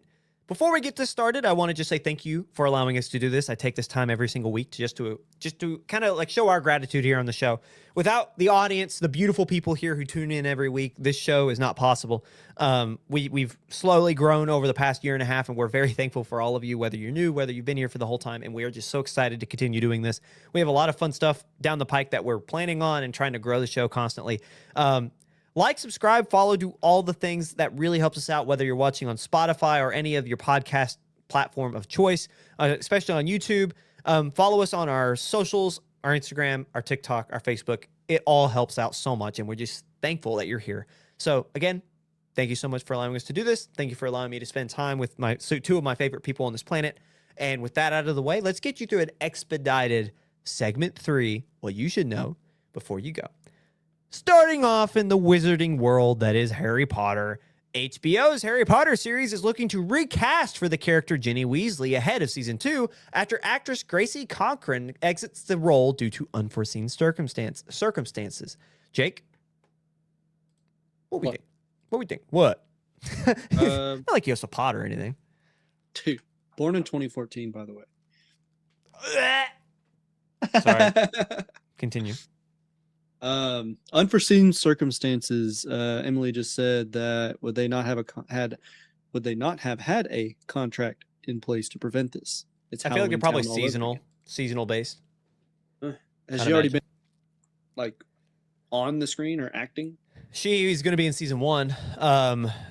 But they just started shooting, or they just renewed, and they plan on shooting later this year or something like that for season 2. So she's not in season 2 as of yet. So it's hard when you're 11, man. Like, that's a lot of fame, dude. That's a lot of fame. So I would probably imagine there's just a lot of pressure, and she probably just wanted out, which I cannot blame her for a second. Or anything else? Unforeseen.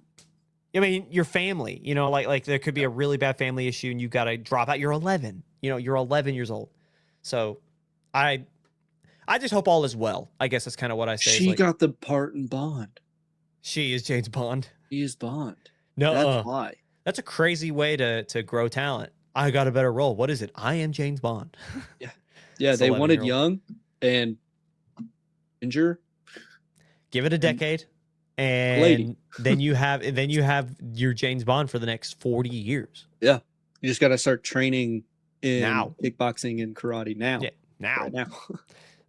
I love the idea that they don't cast for James Bond. They just throw a camera on someone who's actually doing missions for MI6. Truman Show.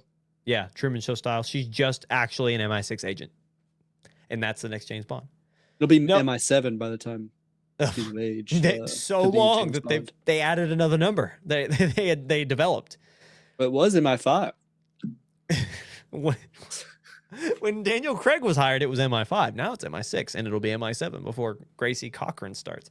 No, I just hope all is well with that. And it's a tough role in any situation, but this is like unforeseen, or not unforeseen circumstance. This is like unfathomable, right? Like to be that young and to have this much fame already, not even having the show come out yet. Like it's news that she dropped out and the show hasn't even begun airing. That's how big this is. And I think it's probably pointing to, that might be some of the reason why she's not doing it anymore. Is like, look, like I'm too young. This is too much pressure for me. I'm out. And so I guess kind of for me, it's like, what else will we see? Who else will drop out? Will we see other major roles come up back open? I think it's really hard to walk away from that paycheck, dude. What this could be. You know what I think will happen? You know what I could see happen? We might, Papa Acedu, the controversial casting for Snape, we might see a Snape recasting. Yeah, I've heard that. Just because of what it means for how they cast, like, and the dude is so talented. That's like I feel so bad for him because all that he did was accept the role of a lifetime, a unique new perspective. And the thing is, everyone, like, for those who have that opinion of like he can't be a black man for the, like, one, if you think that just because he's black, screw you, like that's awful. But if you think that because of what it might mean narratively, I can't judge you because it is bad. Like the way they treat Snape, if he is of a certain demographic, it looks really racist. So like I can like, but oh man, if he drops out because of the hate, because he's gotten death threats, oh, you know how awful that, like, but going back to the point, I can see that happening and him leaving for his safety. Yeah. Oh, terrible. Anyway, moving on from that point, because that's really morbid and sad. The point still stands, though. We might see a Snape recasting before all is said and done. But anyway, well wishes to Gracie Cochran and her family. Hopefully all's well there. How to Train Your Dragon 2 is officially wrapped filming and is currently set for a June 2027 release. So almost exactly, 3 years after it was first released? The original was released in the midsummer of last year, or not last year, 2 years ago. Are we excited? Do we have any hype? I'm worried. I have a lot of worries about this. Dude, I didn't care for the live action because like they took out some important pieces. But, the most important part of the movie. Ryan, the whole Chekhov's gun, the most important part of the movie. Well, no, how else did he know how to beat Big Baddie at the end? The one scene they cut. I won't forgive them for that. That's crazy. Krista Blois. I don't want to go back. We're over time, but like I think there was only one movie that I arguably was like best live action. And like this missed it. Lilo and Stitch missed it. I don't know what counts. Lion King was really good. Yeah, that was good. I should say it performed really well. That's what I mean. Lion King adaptation was meh. What I mean is it did really good at the box office is what I was trying to say. I guess Lion King was the start. It earned $1 billion. The Jungle Book one was underrated. See with Tangled, I guess. Nope. Anyway, yeah, we're over time, so let's go ahead and get through here. I worry because of the changes that they're outwardly stating they're making. That's where I'm worried, is because they're obviously making changes, and I think it's because old dad's gonna live. I hope no one heard that, but anyway, we're gonna breeze by that and move on to our third quick hit. Ryan Coogler's X-Files reboot is beginning to take shape, with guest stars potentially being Steve Buscemi, Ben Foster, Amy Madigan of Sinners, and Tantu Cardinal. What do we think? I love X-Files. I'm so excited for a new telling of this and to be back in this world and of the episodic mystery type. Why you make that face, Jake? What are you thinking? Steve Buscemi. Yeah. Oh yeah. Most definitely. Have you seen any of the original X-Files? Bro, he could play an alien. I know. He could play any of the X-Files. Yeah, bro he's so well equipped for that That's series. why I was like, that's funny. That's a funny thing to. Yeah. I mean, got to have Steve. Yeah, most That's definitely. like in the writer's room. Yeah. Like, all right, we got to start talking about who we might want to cast, and like everybody's thinking it. I'm just gonna come out and say it. Got to have Steve. Yeah, Steve Buscemi comes out of the shadows. I'm here. I'm ready. You called Amy Madigan of Sinners, coming off of her second Oscar, and remember, 40 years apart are her two Oscars. I'm so excited. Amy Madigan, Ben Foster, even that's an underrated pull as a guest star. Ryan Coogler, everything he is Midas. Everything he touches is just gold, and I just cannot wait to see this new rendition of this show. And what I like is that it's not like they brought back Mulder and Scully in like the mid 2010s for kind of like not a reboot, but like a continuation of the X-Files before the show fell apart again. What I'm really most excited is that it's not just a straight up reboot. Like they're not recasting Mulder and Scully from what I understand. Like this is a whole different show. It's still the X-Files, but it's not just them trying to retell the same story, which I'm very excited about.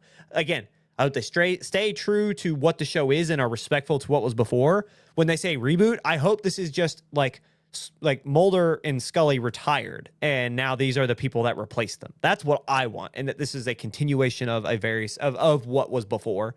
But yeah, I'm very excited of the X-Files. Moving on.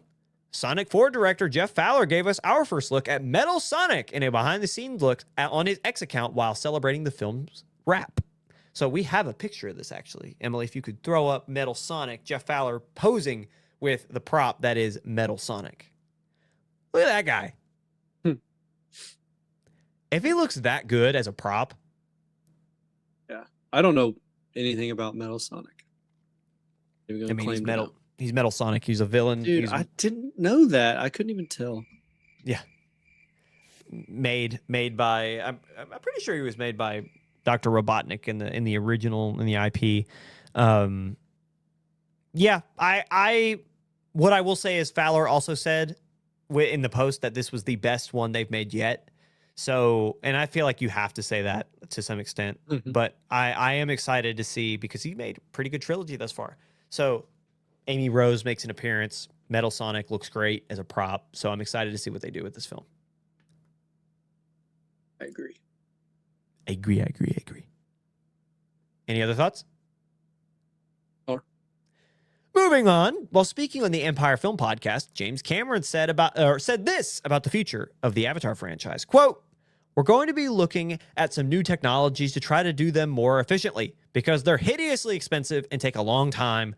I want to do them in half the time for 2/3 of the cost. That's my metric. And so it's going to take us a year or so to figure out how to do that." Do we think that's possible? Before he dies? Or yeah, I guess that's a question. It's like, will he live to see them? He better be. I mean, they're all shot. Like the last two are already shot. A lot of them are shot. Like there are things shot about them. Yeah. So I think he'll be around. Yeah. James Cameron will also live to see them just to spite us, those who doubt him. That's who James Cameron is. He'll be around to like get them up through pre-production, but like he might see the fourth. I don't think he'll see the fifth. Really? All right. When's the next one coming out? Well, right now 29 is when they're slated, but I don't know if it's like 80. It'll be, I think 29 and 31 are their two release dates.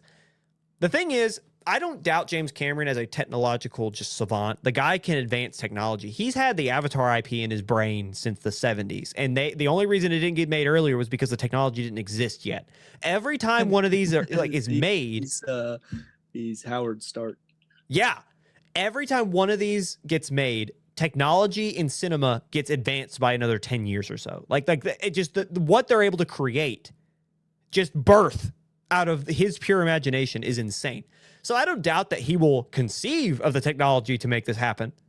I don't doubt that there will be a roadmap for how this will happen. It's just, can the technology catch up to his brain? That's essentially where we're at, is can they find a way to do this? Because when you rush things and you spend less money on them, they have a tendency to be less good. Like they have a tendency, the quality suffers. Is just put it short. So I worry for a film franchise that fans already say suffer in terms of story.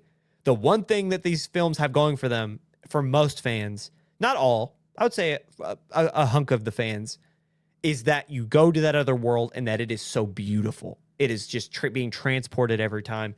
And if that begins to suffer because they're going faster on a story that's already somewhat flimsy for most people, I have a lot of concern. Not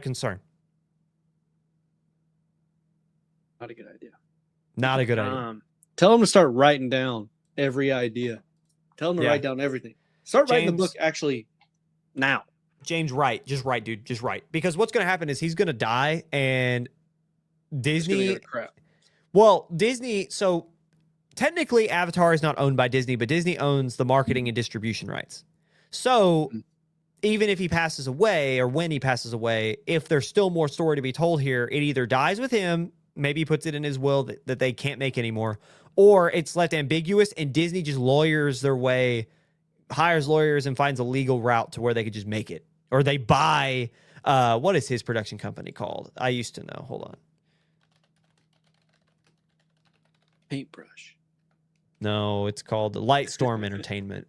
Because Lightstorm technically owns the IP, but so 20th Century Fox had originally, if I remember correctly, and then Disney bought them, and that's how it happened. So Disney owns the marketing and distribution. But anyway, that's why it's such a big deal that the budget is a thing, because Disney puts forth a lot of budget to make sure the film can happen, because they make a lot of box office revenue from it. But again, where will we be? Will he be able to make it? Will he live through it? And after that, there's a lot of legal questions. We will be here to talk about it, I'm sure. But anywho, our last major topic to discuss this afternoon. As we talked last week, Nicolas Cage is reteaming with Osgood Perkins on another story in the Long Legs universe. But according to the Hollywood Reporter, quote, "I have the pride of ownership over that character," says Cage, further stating, because the character in many ways was based off of his own mother, quote, "If they're going to do it, you're doing it with me." Reminder, I'm pretty sure I remember after he originally finished portraying Longlegs, he said he didn't want to ever portray another villain again because it was like depraved. He had some sort of like high and mighty, morally like infused take. I remember him saying to somebody, he was like, "I don't want to do that again. Like, I don't want to play another villain again." And now he's back as Longlegs. What do we think? He died. He did. Spoilers. Sorry. Yeah. Longlegs. I think it's a prequel. Oh. All my fault. Let's talk about how Nicolas Cage is excited for the youth to watch Spider Noir and get into black and white movies. Play it in black and white, because that'd be a crazy segue. Well, I like that's what he hopes. That's what he hopes. Anyway, we can go back to Longlegs, but like he's hoping that it gets the next generation into black and white movies. Okay, so I looked this up.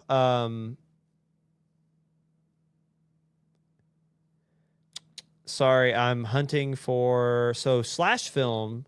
I was looking for a better source than that, but they said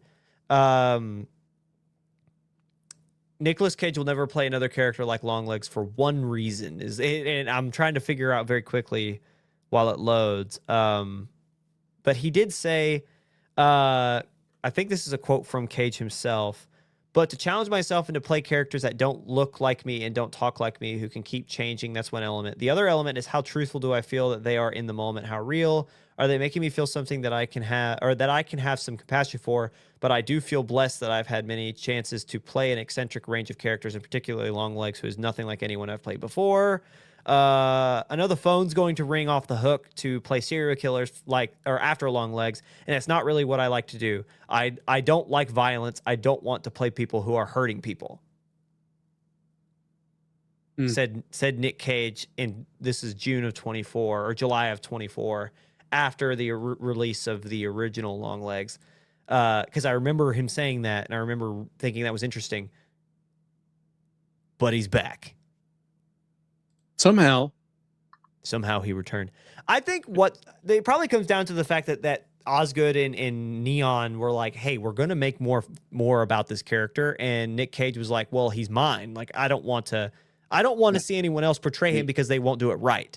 I think that's probably where it came down, or what it came down to. However, it is interesting that he changed his mind. It must have been a diamond encrusted script, said gold Jim encrusted Carrey. script. Yeah. Well, I meant diamond. I don't want to I'm not calling him a hypocrite. Like I want to make sure that's out of the way. Like I'm not saying, oh, he said this and now he's doing this. I'm just saying it's interesting that right after he's like, hey, like, because it's a very good point. It's like typecasting is real, and he played it very well. And I'm shocked people didn't ask him to do it before, because he played Longlegs like it's Nick Cage. He was eccentric, right? He played it very well. Very, very convincing, very scary. There were times where he was just Nick Cage. Like there's a scene where he's singing in a car, and it's just Nick Cage with all his Nick Cageisms, but with like a big prosthetic face. And so it's like Declaration of Independence. Right. Yeah. He was in the middle of doing that when he killed somebody, and then he got arrested, and that's how Longlegs started. But anyway, no, I have my own thoughts on the story of Longlegs. I guess I'd be interested in seeing how he kind of got more of his start, because you see a little bit of his backstory somewhat in the movie. There's a lot more that can be explored. Again, I have some plot problems with the original. I felt like the marketing was better than the actual movie itself, but it was like a good movie. Don't get me wrong. I like Longlegs. I just had my problems with it. But most of them come down to the fact that once you figured out kind of like what really happened, or like what the true driving force behind it is, I felt like it was a little bit of a letdown. And they forget about the main character's psychic ability like 3/4 of the way through. Or no, like a third of the way through, sorry. Anyway, side tangent. I don't want to get lost in Longlegs, the movie. I want to stay here. I wasn't trying to call him a hypocrite. I just find it interesting that he changed his mind. That's literally the only thing I'm saying. Any other thoughts? I know you're not a horror buff, and you don't really like... I did not watch Longlegs. I'd say it's worth a watch. Oscar Perkins is a good tone setter. The costume setter. and the makeup is intriguing, but it's a good movie. It really, like, there were a lot of points where I like got like the hairs on my arms stood up, and I was like, ugh. Like there were a lot of there are good moments in that movie. Micah Monroe is fantastic as like the lead. There were moments where like going back to some things I have problems with, she made dumb decisions like her character did sometimes, and I was just like, what are you doing? What typical horror movie bad decision making? What are you doing? But other than that, like, there are things I could pick apart, but it was still a fun movie. But anywho, this is transitioning here, very last thing, something I want to start doing, because usually we just say, all right, goodbye. We're going to switch it up a little bit. This is how we're going to cap end every single episode moving forward. And Jake, you got to be prepared for this, because you're doing it next week. I started it this week, but now I'm giving you homework. You got to do this. We're going to give you a recommendation of the week. We're going to give you a watch recommendation. So we're going to send you off throughout the rest of the week. Pay attention to your surroundings. Have an opinion on film news and what's going on around you. But also, maybe you want to sit down and watch a movie. And I didn't know what I was going to pick until we started talking before the show. And I said it already at one point today, but I really think if you haven't seen it, watch it. The theme of today's show is a little bit, or at least one of the themes of today's show, has been campfire stories, and like films that do things originally that make you feel like you're sitting around a campfire and listening to just this orator tell a spooky story, like the things that get under your skin that make you look over your shoulder. A movie that has done that so well for me, and that I feel like everyone should go watch or rewatch if you haven't seen it in a while. Like, I'm probably going to go watch it, not today, but later this week. It Follows. I named it earlier. Such a cool concept on the Invisible Man approach, on the I can see it but you can't, on the possession or the cursed ideologies. It is such a cool idea on a low budget. Go watch it. See what it follows and how it follows, and learn whatever. Have fun. Go watch a good spooky movie and watch It Follows, as I think they're still making a second, if I remember correctly. I haven't heard anything about that in a long time, but they're making a sequel. But that's my recommendation of the week. Go watch It Follows. And that, my friends, is Beyond the Screen. Anything you want to tell the people before we let them go?